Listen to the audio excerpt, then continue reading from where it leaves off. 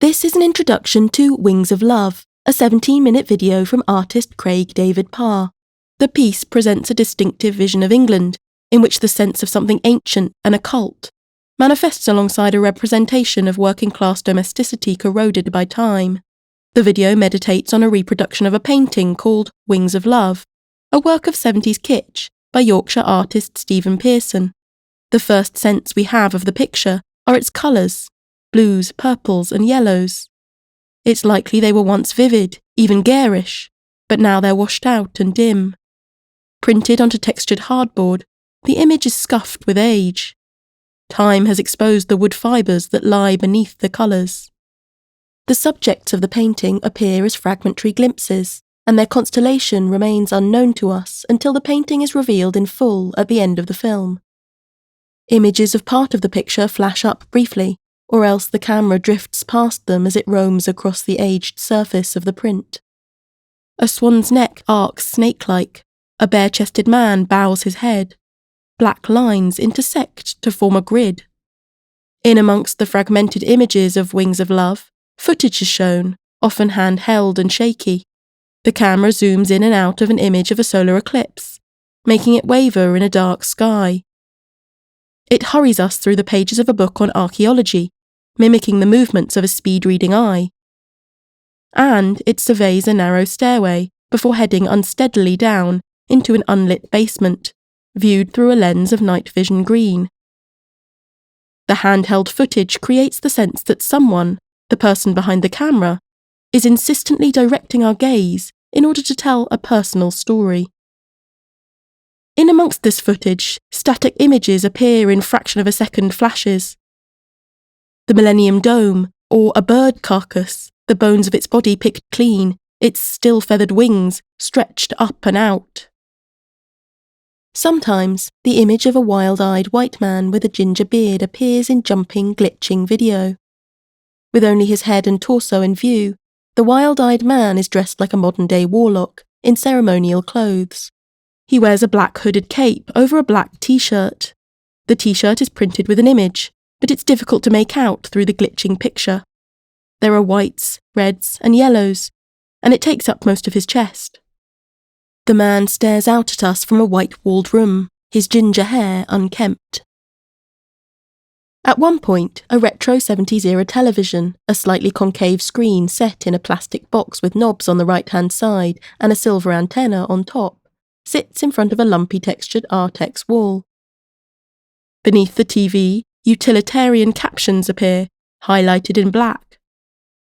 They accompany video on the screen, high-quality documentary-style images of houses teeming with black mould and creeping damp. Throughout the video, words often appear over the images, written in ornate Gothic font and outlined in yellow. Pastel-coloured pixels fuzz. The camera draws back, comes into focus, the flash of a painted swan. Cut to black. A purple candle outlined in glowing electric blue is pasted onto the void of the black background. Its yellow flame is haloed. Words appear in Gothic font. The voice spoketh. Things that was. Things that are not. Things that could be. A great dome rising from the sea. A princess lost in the dark. The millennium bug crawls free. The sun turns black. An endless storm. White lightning. And liquid gold. White feathers sprouting from damp walls.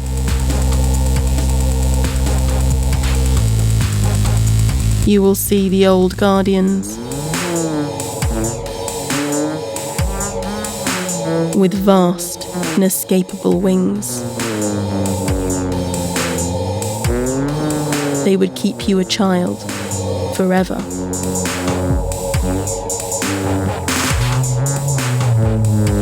The edge of the yellow candlelight throbs against the black.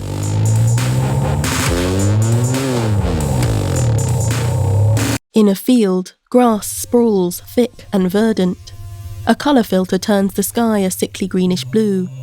The camera rises to a drone's eye view and flies towards a sprawling town that lies beyond the field as a voice speaks.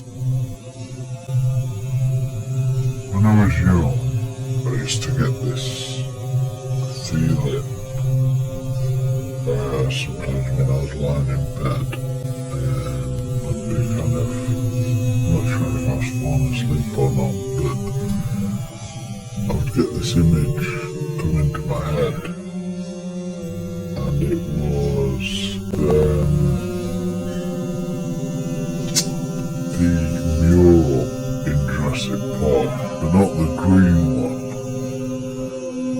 that you kind of see the rocks come up behind, but one that I think is behind a buffet table, and it's a deep black background with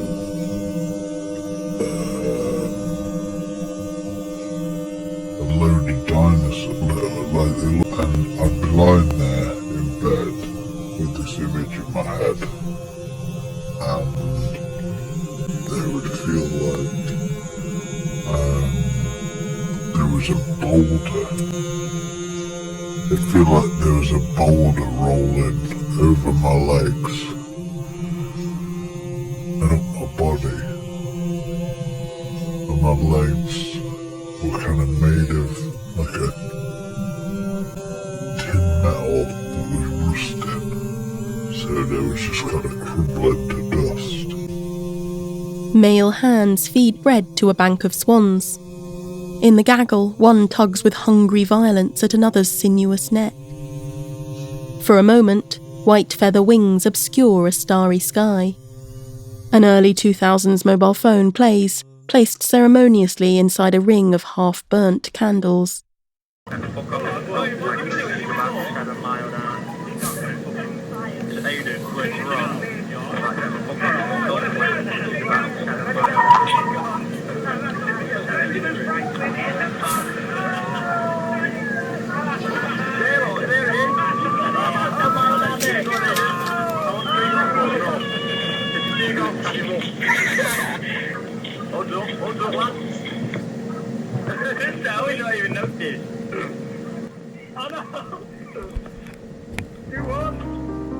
Close up, a surface, faded blue with flecks of brown where the pigment has worn away, showing the colour of the wood surface beneath. Shifting, the image settles on a tear in the surface, brown fibres bristling along its edge. The video careens over to a depiction of the naked torso of a man, head down, with patches of fade roughing the surface around him. It all started when I moved into this new house. I just remember thinking it seemed really familiar. Now I realise it was more than familiar. It followed me through time and space. It was time and space. The walls, the corners of the room, all the same. Textures, the wallpaper, it changed before my very eyes. The camera roves across the surface. I could see me from behind, staring into the hole where the painting had been. Is this what happens? A ghost of yesterday can crawl back into today, follow you forever. There's no hiding where you come from. A solitary grey hair clings to the faded surface. Washed out tranches of yellow and black flow through the blue. Every morning I wake up to the same huge pair of wings. It's funny what comes into your head when time folds in on itself. Night won't let me leave. And there's the song. Strange music it sings. From the trees on Mickey's Hill. I can still hear it. The lines of a black grid pattern lead the camera along the surface.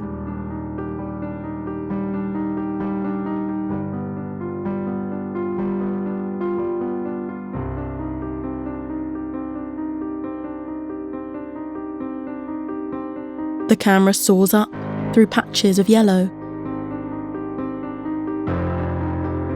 Without stopping, it progresses past the image of a swan's bill, which takes up half the screen, and alights on a plain section of faded blue. A retro TV sits on a table in front of a rough Artex wall. On its screen are images of domestic dilapidation, crumbling brickwork, cleaning products resting against walls stippled with black mould. A white man delivers an earnest documentary monologue to camera. Captions read, "Britain today is under attack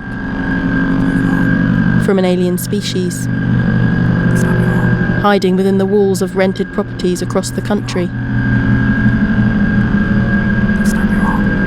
Careless landlords have created conditions for the rise of toxic mould to spread.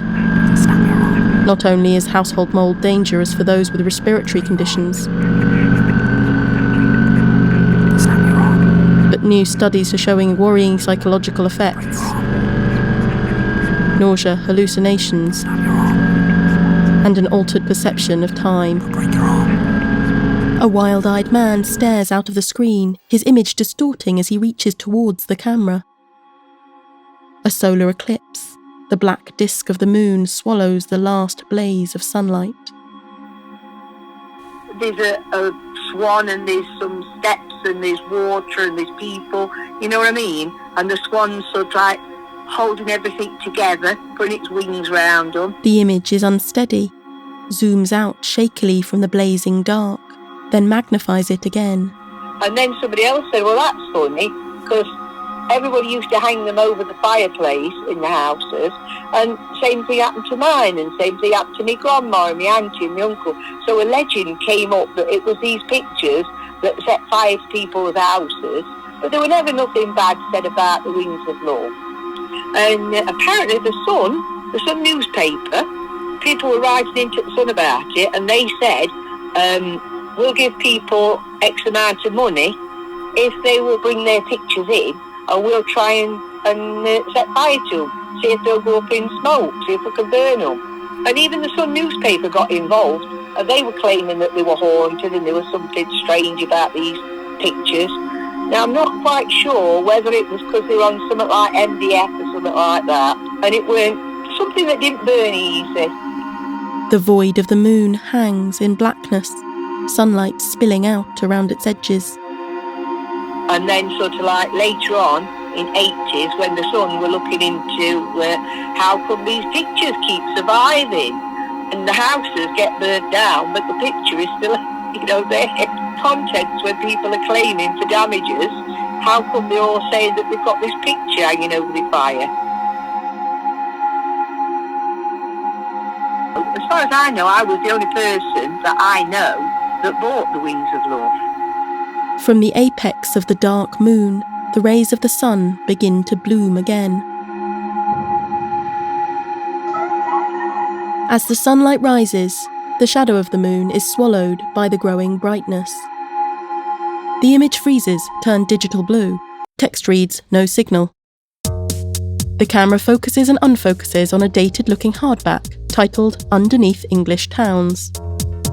A male hand turns the pages, leafing past black and white photographs of archaeological digs and maps with titles like Water Supply to Lichfield Close, 1821, interspersed with thick columns of text.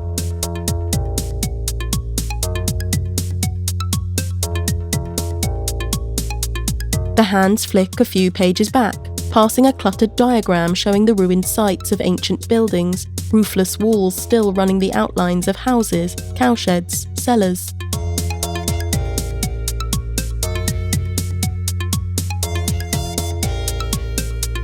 On the first page is a "This Book Belongs To" sticker, an illustrated swan above an illegibly scrawled name. In another diagram, the hand points out the word Snottingham. It searches again through the pages and stops on a black and white photograph, a bird's eye view of an archaeological site.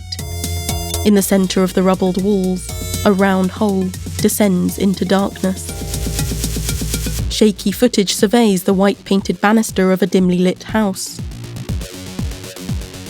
As the camera explores some dingy stairs, images flash and text appears in front of them. It reads, "Something underneath the tape. The ground.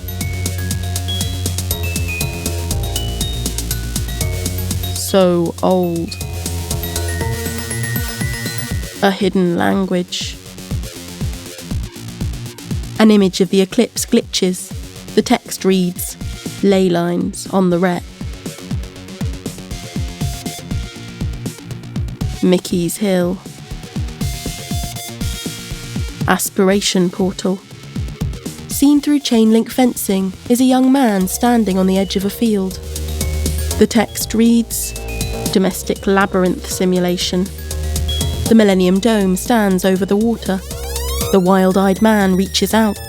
Over him, text reads, "On poisoned ground.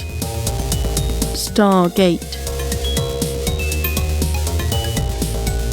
Total eclipse. Hilda Ogden. Saddam Hussein. Beverly Moss. Me mam. Ancient prophecy foretold. A flowery clock speeds through an hour. The man's eyes bulge at us. We descend the narrow stairs.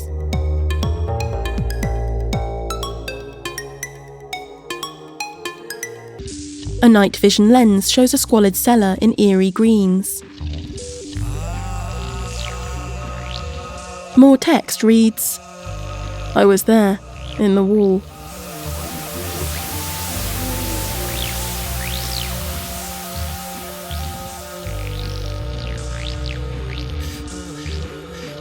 I watched you on the hill.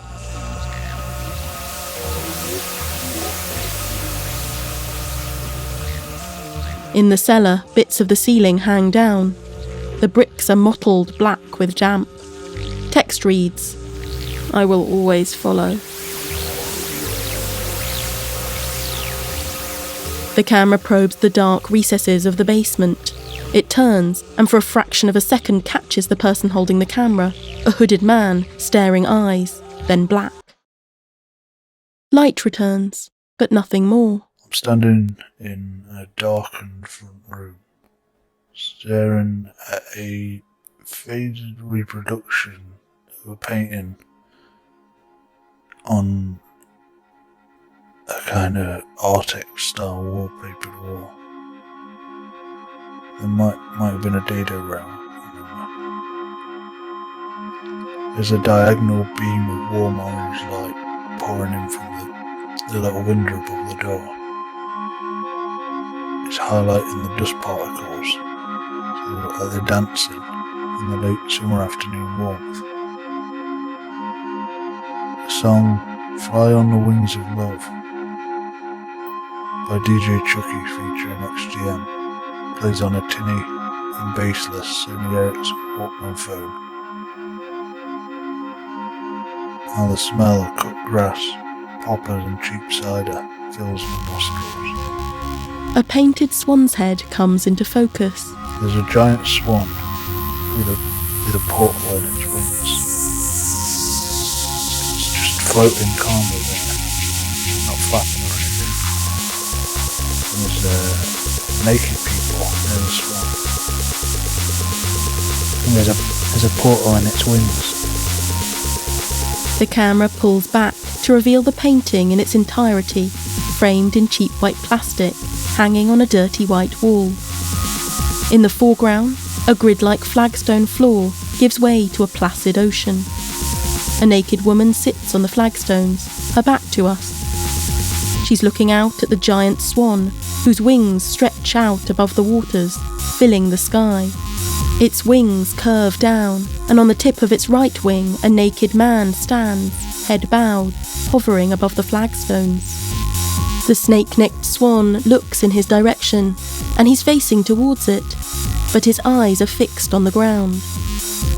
The swan's body is a portal. In place of a feathered chest, there's only sky, lighter than it is above the arches of its wings. At the centre of the portal, where its heart would be, hidden behind a haze of cloud, is the faint circle of a struggling sun. The screen goes black.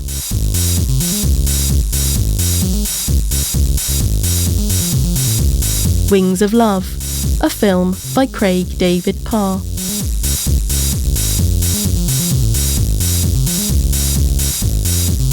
(2020 CE).